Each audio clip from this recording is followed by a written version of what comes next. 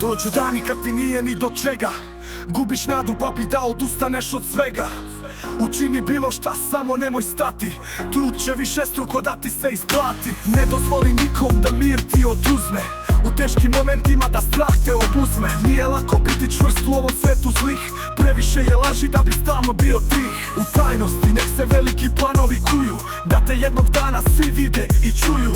Učili su te da ne možeš menjati svet, da je ovaj život samo privremeni let. Ne daj da te obeshrame komentari i većine, niti da te reči hvale dižu u visine. Drži se principa, budi glave hladne, koja ne odustaje ma koliko puta da padne. Nema onih koji nikad nisu pali, diži se na noge, nisi više mali. Poraz gore dole ništa ne menja, ne uspe se desi da bi se rodila ideja. Nema onih koji nikad nisu pali, diži se na noge, nisi više mali.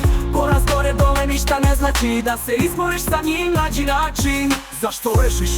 Hajde digni se već jednom, zar ne vidiš da čekanje te nikud ne vodi? Nakon toliko neuspeha samo osjećaš se bedno, ono što je najdraže tvojoj duši ne godi. A život borba u kojoj te čeka puno bitki, nisi sposoban, govorit će ti umovi plitki.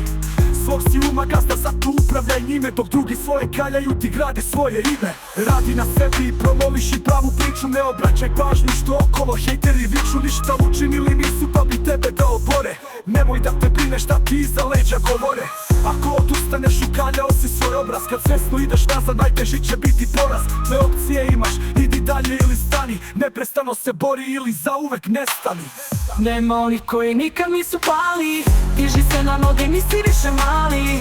Poraz gore dole ništa ne menja, ne uspe se desi da bi se rodila ideja. Nema onih koji nikad nisu pali, diži se na noge, nisi više mali. Poraz gore dole ništa ne znači, da se izboriš sa njim, nađi način.